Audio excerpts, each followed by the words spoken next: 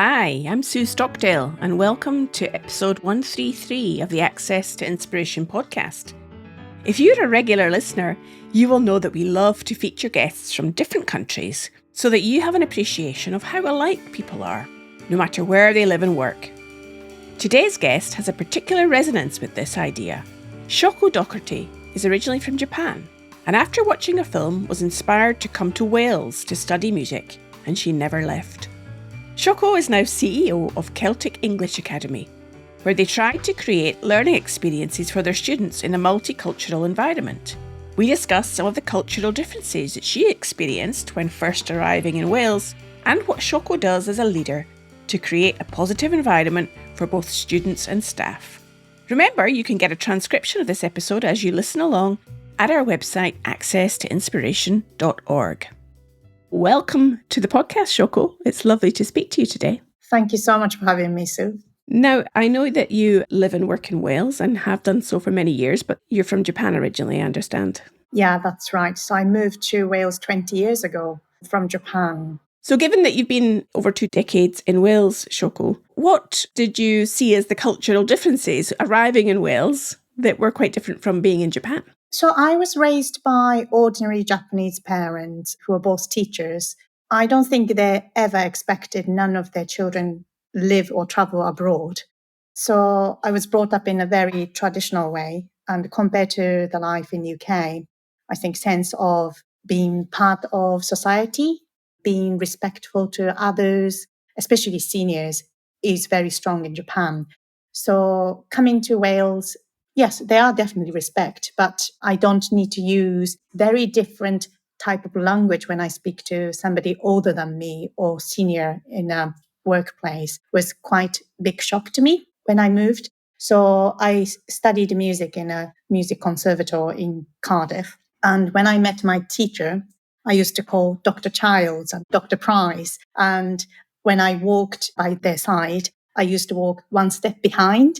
And after a week or so, I remember my teacher said, Shoko, I understand you're from Japan and thank you for being very respectful, but can you just call me Kevin or Bob and stop calling me Doctor something? I remember Bob said, can you just walk next to me rather than behind me? So that sort of a small thing was a big shock, and it took a while for me to adapt. And I think being Japanese, we used to say sorry and excuse me quite a lot. And so when I learned to speak in English, I guess I was still using sense of Japanese language in a way, translating from Japanese to English. So I used to apologize quite a lot. I didn't know how to take the compliments that I receive, because in Japanese culture, if you've been told nice thing, you still have to say, oh, no, I'm not very good at X, Y, Z.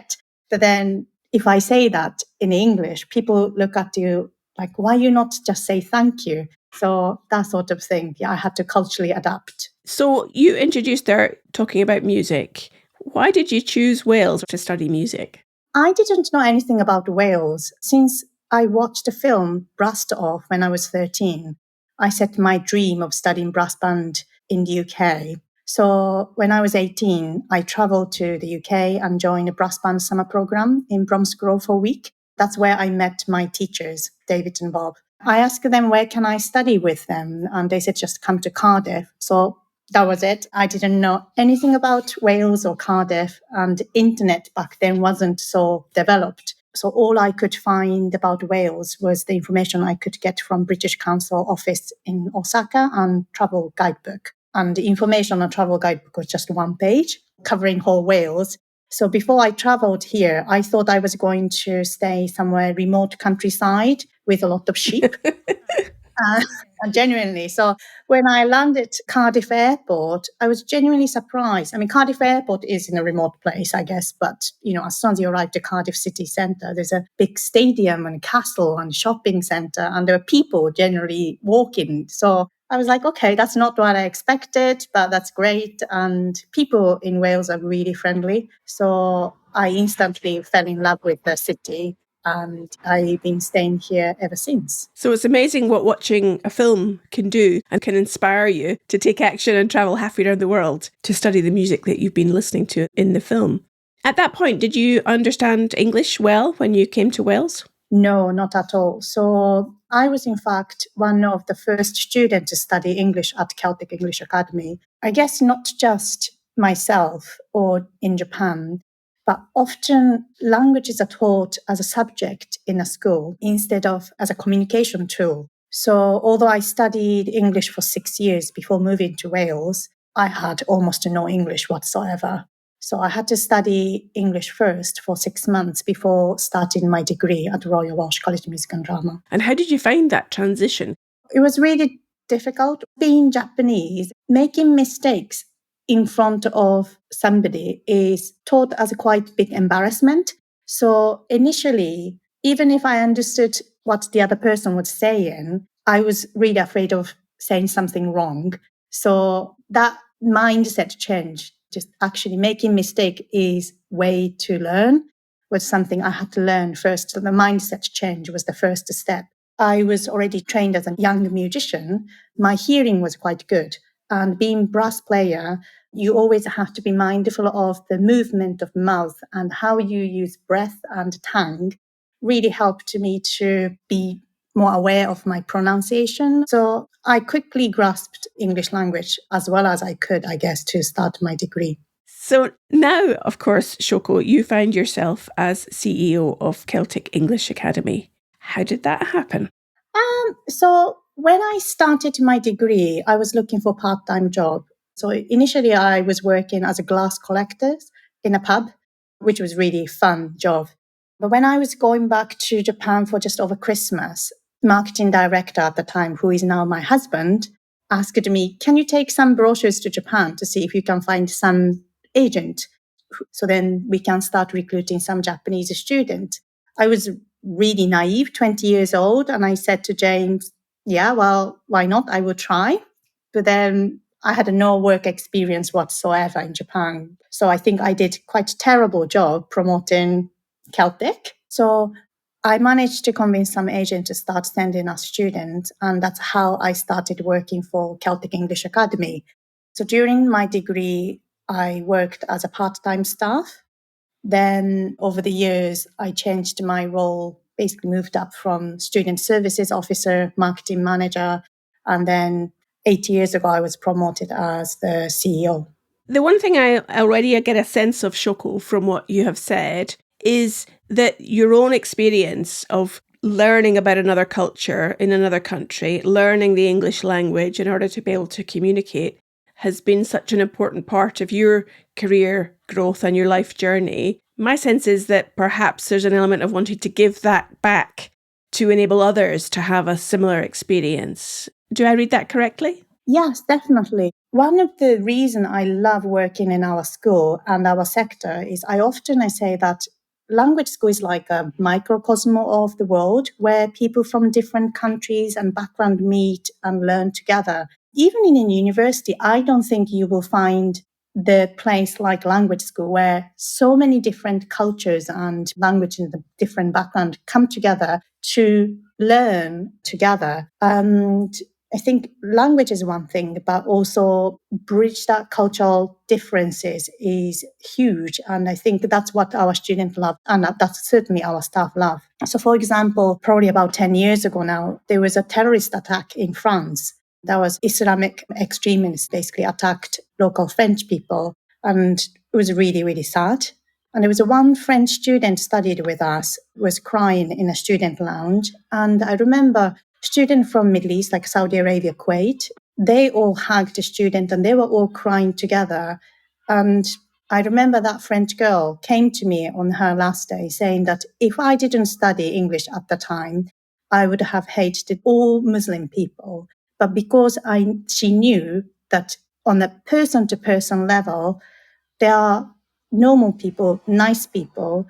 So then she said, I was really thankful for that experience of studying together with people from Muslim countries. So I think that's much more important. That I think you can't get that anywhere else. And I'm really proud that we do make differences in students' life every day.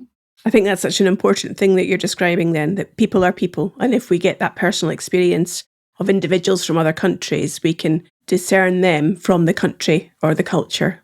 Given that you already have mentioned about understanding culture, is just as important in a way as understanding language. What does your academy do to help people to learn about the Welsh culture? We place students in both homestay accommodation and residence accommodation. So residence accommodation is self-catering student accommodation, which is really nice, very modern building. That's where different students from different countries stay together. But staying with host family give student opportunities to understand local people, local culture. So I think that's a really nice way to learn.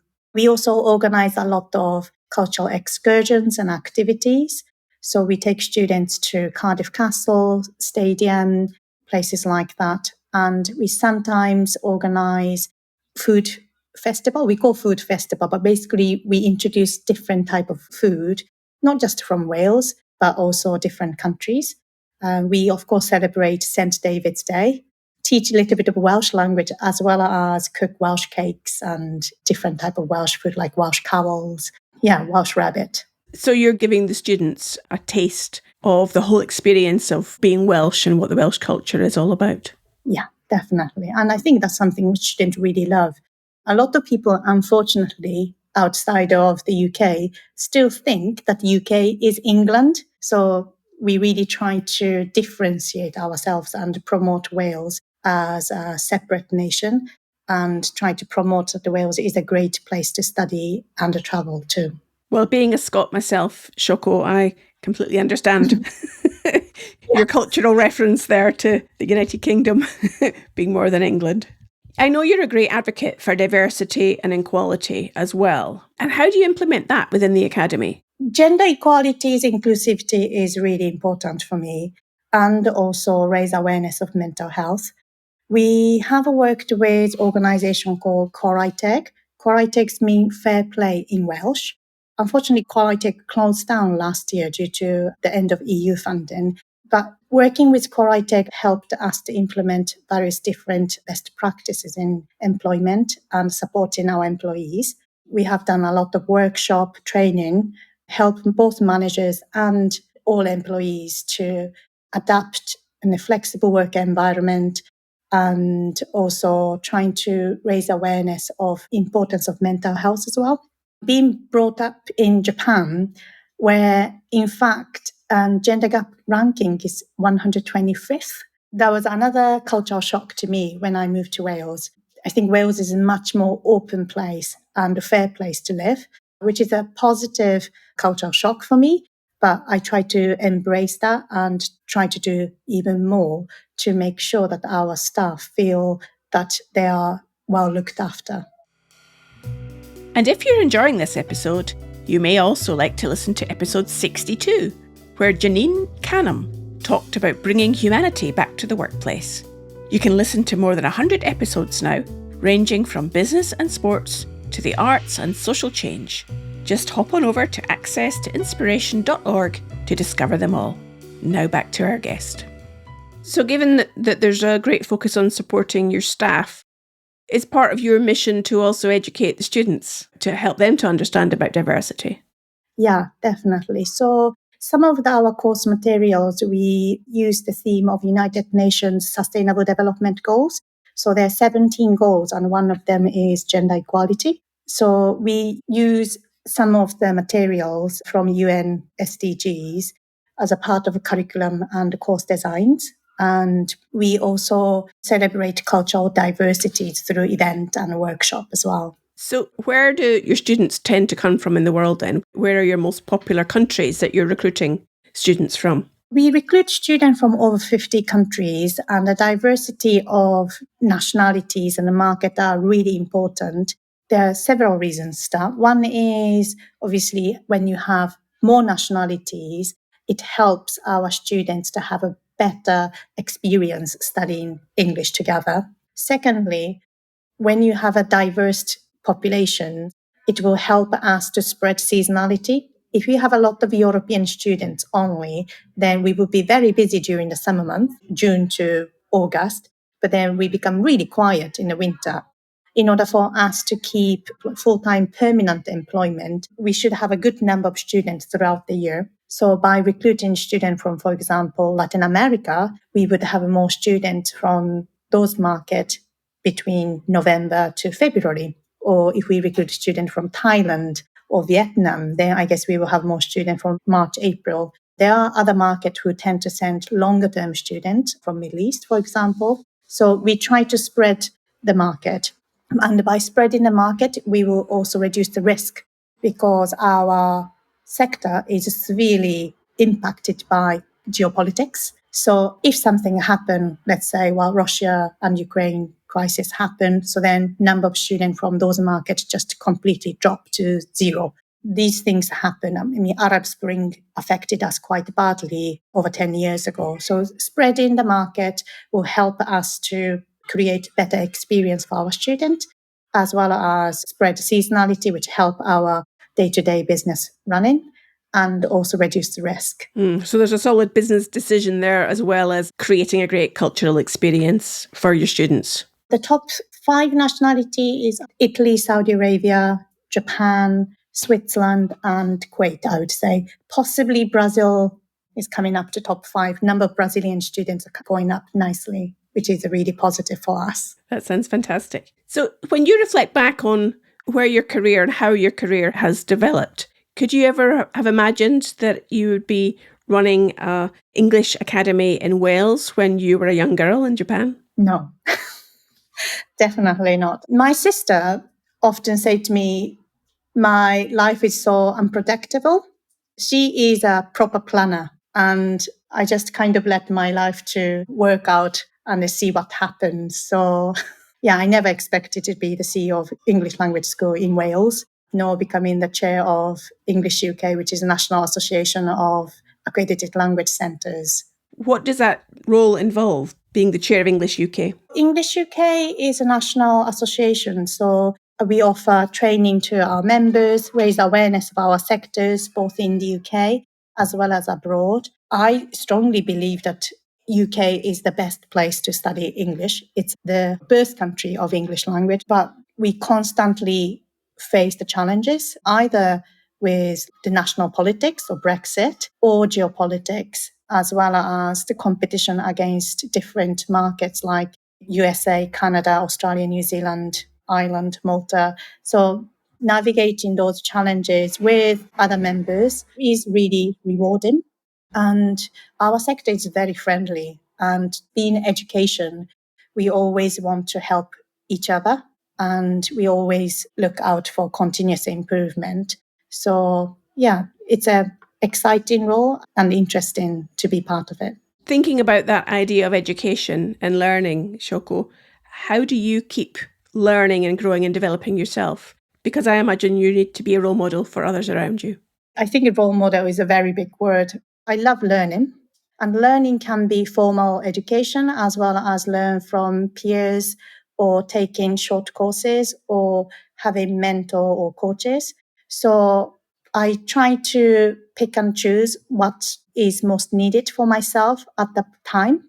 So sometimes I have coaching sessions. I recently finished course with Cardiff Metropolitan Universities on circular economy, which was really interesting to implement a lot of practices for our company to be more sustainable organization. I guess that's just a part of my nature, and that's something interests me. So I always look out for learning opportunities and try to learn from others. I think that's really something I try to be mindful all the time. So looking outwards to learn from the people around you, learn from others in your sector, and learning from outside as well. Given that we are an inspiration podcast, I always like to ask guests, who or what inspires you? Oh. My dad always told me that in order for me to develop myself, you always look out for somebody that I respect. And if you find somebody that you respect, then try to be as close as possible to that person and then learn from that person. So I approached somebody called Andrew Fisher, who is really well known in our sector. And I asked him a couple of years ago to be our non-executive director. Unfortunately, he said yes. So I feel very honored and privileged to have Andrew as a non-executive director, and I have a one-to-one session with him once a week. So that's, I would say, somebody in our sector that I respect, and I learn something from him on a weekly basis. The people that I've never met, but I love Michelle Obama.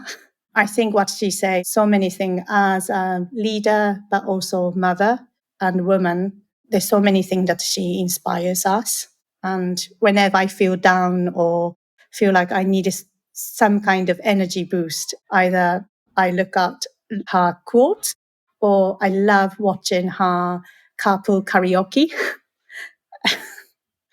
Makes me laugh and just, uplift me and empower me. You also are a mum, Shoko, to 3 children, I understand. In what way do you hope you're inspiring your children?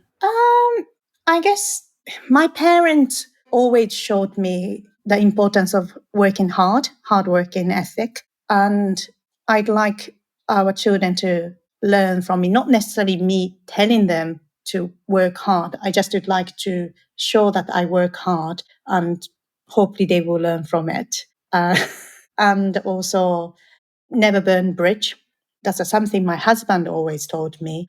Even if you were let down or perhaps you had a bad experience with specific person or even bullied in a school, for example, never burn a bridge. And that's something we actually tell our kids. I think as long as you're being nice to the other person and also keep the strong ethics standard, then I think one day something might come back positively to you. So yeah, I would say those things I'd like kids to learn. Given that you have those things that are important for how you shape the learning for your children, I also wonder how you measure your own success. Because one way, of course, is to measure the profitability of a business, but I also suspect there are other ways that you measure your own success. Yeah, so as a running commercial entity, profitability is certainly important, but the impact that we make to our student, our staff, and wider community, either local or global community, is huge. So the proudest moment that I ever felt was when we did this annual staff survey. 91% of our staff answered that they can be true to themselves and also feel comfortable to open up their mental health challenges if they come across. So we create a really safe space for our staff. And I strongly believe that if you treat your staff well, then they will treat our customers well. So it's really difficult to measure that sometimes, those impact, but I believe that we are making those positive impact, either small or big. And that sense of achievement and the sense of positive impact that we create is really important. And do you ever get any feedback from people who have been students in the past about the experience that they've had and how that's shaped their lives? Yeah, so we always seek feedback during the program and at the end of course. We also have, do you know Slack? Yes. We have a Slack channel called Staff Shoutout. So our staff regularly post any positive feedback that we received from our students or agent, as well as we praise each other. So yeah, we create a very positive work environment and we get a lot of praises from our students and agents. That sounds wonderful. So finally, just taking us right back to the start where you began with an interest in music, I'm wondering whether there's anything that you learned from the experience of playing music and studying music that you take with you into your work. Yeah, definitely. Being a musician is like being like an athlete. It's not so elegant behind the scene, unfortunately. So music requires high level of discipline, practice, long hours of practice and ability to work collaboratively with others. So, like I said, we need to practice long hours, often on our own, as well as be creative and strive for continuous improvement. So these skills are directly transferable to running a business. And the patience and attention to detail I developed through music have developed, I guess, invaluable skills in strategic planning or decision making. And also during my degree, I was fortunate to be part of top champion section brass band in Wales. So being part of that band and seeing how the conductor lead the band and how disciplined other players were taught me the importance of leadership, accountability, and good teamwork. Shoko, if people want to find out more about you and the work that you do, how might they be able to do that? Our website is celticenglish.co.uk. We're quite active on LinkedIn, Facebook, Instagram, and I know we do have a TikTok too. Oh, wonderful. Well, thank you so much for your time today. I think what I'm taking away is the importance of helping people to become a global citizen and to be able to appreciate diversity from different countries, different backgrounds, and also the hard work that it takes to create that environment for people to learn. Yeah, it's a really great place. And being part of a global citizen is very rewarding. Thank you so much for your time again, Shoko. It was lovely to speak to you. Thank you very much, Sue. Well, I hope you enjoyed what Shoko had to say. It made me think about how we encourage people to become global citizens. And remember that whilst this podcast is free to listen to, it's not free to make. And if you'd like to support us, then take a moment to click on the Buy Me a Coffee link on the show notes. And you can make a small donation, and then I can enjoy that coffee when producing the next episode. Your support really encourages us to continue producing quality audio content for our listeners. Next week, we're on our series finale, and my guest will be David Smith, who has competed internationally in rowing and cycling, and has overcome tremendous adversity, now living with a rare tumour and paralysis. I know you'll be inspired by his fighting spirit, and I hope you can join us then.